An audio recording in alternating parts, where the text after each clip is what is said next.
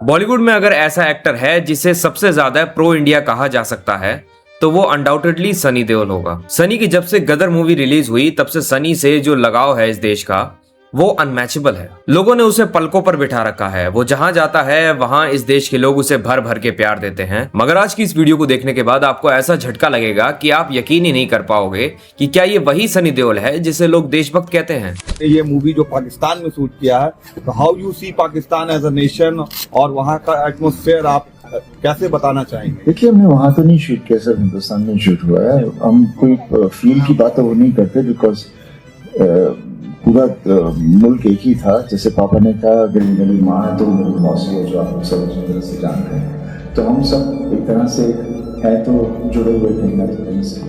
1947 movie जो सनी देओल की अगली रिलीज है उसके पटना में हुए प्रेस कॉन्फ्रेंस में की हुई बात है ये। इस क्लिप में आप साफ सुन सकते हैं कि एक वक्त पे पाकिस्तान के खिलाफ गरजने वाला आदमी, उसे ये याद आ रहा है कि पाकिस्तान भी तो हमारा ही पार्ट था, भारत हमारी माँ है तो पाकिस्तान हमारी मौसी है। मेरी माँ है तो मेरी मौसी है। मजाक नहीं कर रहा। जब पहली बार मैंने सुना था तो सुन के मुझे अपने कानों पे यकीन ही नहीं हुआ था, और हो भी कैसे। सनी की इमेज हमारी आंखों के सामने आज तक ऐसी ही थी जैसे वो कितना बड़ा देशभक्त है। मगर सच में इन नचनियों पे कभी भरोसा नहीं करना चाहिए। ये थाली के बैगन होते हैं, इनका बस चले तो ये अपनी माँ की बोली लगा दे मूवी हिट कराने के लिए। जब से मैंने ये स्टेटमेंट सुना है तब से मेरा खून खौल उठा है कि भाई अब भी हमारे सेलिब्रिटीज के दिलों में उस देश के लिए प्यार कैसे हो सकता है यार। अभी कितने ही दिन हुए हैं पहलगाम को बीते हुए, अभी कितने ही दिन हुए हैं ऑपरेशन सिंदूर को हुए। कैसे यार, आखिर कैसे ये सब भूल सकते हैं ये सेलिब्रिटीज। उनके लिए शहादत, कुर्बानी और देश की मिट्टी सिर्फ सिनेमा हॉल का टिकट बेचने का एक प्रोडक्ट है। मूवी खत्म, शो हाउसफुल और पैसे पॉकेट में, और देशभक्ति का ढोंग भी वहीं के वहीं खत्म। रही बात पहलगाम की या ऑपरेशन सिंदूर की, तो ये सब की सब बॉलीवुड वालों के लिए सिर्फ और सिर्फ न्यूज हेडलाइंस हैं जो 1 या 2 दिनों में पुरानी हो जाती हैं। लेकिन उन परिवारों से पूछो जिनके बेटे तिरंगे में लिपटकर घर आते हैं, उनकी माओ से पूछो जिन्होंने अपने जवान बेटों को खोया है, उन पत्नियों से पूछो जिनका सुहाग उजड़ गया। उनके लिए ये दर्द जिंदगी भर का है। लेकिन सनी देओल जैसे लोगों के लिए, उनके लिए वो देश जहां से आतंकवादी आकर हमारे लोगों को मारते हैं वो अचानक से मौसी बन जाता है। कैसी मौसी? कौन सी मौसी अपनी ही बहन के घर में आग लगाती है? कौन सी मौसी मासूमों के खून से होली खेलती है? ये कैसा वाहियात लॉजिक है कि पहले हम एक ही थे तो वो मौसी हुई। अगर वही हिस्सा आज आतंकवाद की नर्सरी बन चुका है जहां से सिर्फ नफरत और गोलियां ही आती हैं, तो उसको मौसी कहकर ग्लोरीफाई करना उन शहीदों के मुंह पर करारा तमाचा है जिन्होंने देश की हिफाजत में अपनी जान दे दी। आओ अब थोड़े लॉजिकल और कड़वे फैक्ट्स पर बात करते हैं। लोग कहते हैं कि 1947 में हुए पार्टीशन से पहले हम लोग एक ही थे तो रिश्ता बनता है।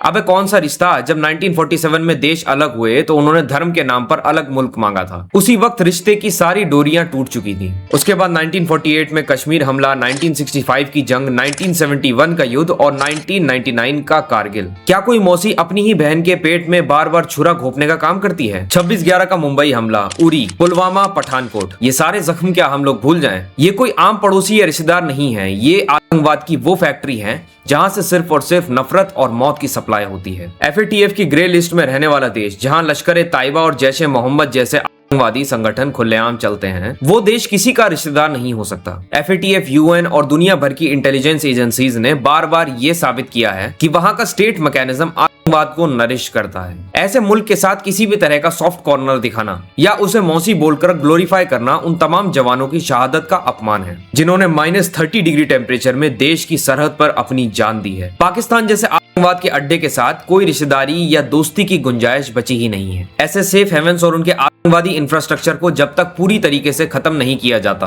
तब तक ना तो इस देश में अमन आएगा और ना ही हमारे जवानों का खून बहना बंद होगा। पर गलती इन नचनियों की नहीं है, गलती हमारी है। हमने स्क्रीन पर उखड़े हुए फेक हैंडपंप और स्क्रिप्ट के लिखे हुए झूठे डायलॉग्स को असली देशभक्ति समझ लिया। हमने एक एक्टर को जो सिर्फ पैसे के लिए कैमरा के सामने रोता और चिल्लाता है उसे देश का सबसे बड़ा पैट्रियट मान लिया। ये थाली के बैगन नहीं तो और क्या है। फिल्मों के प्रमोशंस के टाइम पर इनकी टोन अलग होती है और मूवी में अलग। प्रेस कॉन्फ्रेंस में जैसे ही थोड़ा सा अनकंफर्टेबल सवाल आए इनकी फटके चार हो जाती है और ये डिप्लोमेटिक होने के चक्कर में ऐसी बकवास बोल देते हैं। इन सभी बड़े स्टार का सिर्फ एक ही सच है, इन्हें सिर्फ अपने बॉक्स ऑफिस कलेक्शन, अपनी इंटरनेशनल PR इमेज और अपने बिजनेस से मतलब है। ऑफ कैमरा आते ही इनका सारा हिंदुस्तान जिंदाबाद गायब हो जाता है। अब वक्त आ गया है कि आम जनता इन फिल्मी कीड़े मकोड़ों को इनकी सही जगह दिखाए। स्क्रीन के हीरोज को असली हीरो बनाना बंद करना होगा, क्योंकि असली हीरो बॉर्डर पर -डिग्री में खड़ा एक जवान है, ये कैमरा के सामने एक्टिंग करने वाले दोगले नहीं। तो सनी सनी देओल साहब उस फिल्म की स्क्रिप्ट से बाहर निकलिए और अपनी आम जनता के गुस्से को समझिए। टिकट विंडो पर देशभक्ति बेचना बंद करिए, क्योंकि ये देश आपके इस दोगलेपन को और बर्दाश्त नहीं करेगा। आप क्या सोचते हैं इस स्टेटमेंट के बारे में कमेंट्स में मुझे जरूर बताइए। साथ ही साथ प्लीज इस चैनल को सब्सक्राइब भी करके जाइए, क्योंकि आपका एक सब्सक्राइब मेरे इस चैनल को बहुत ज्यादा सपोर्ट करता है। मिलूंगा आपसे नेक्स्ट वीडियो में, तब तक के लिए बाय।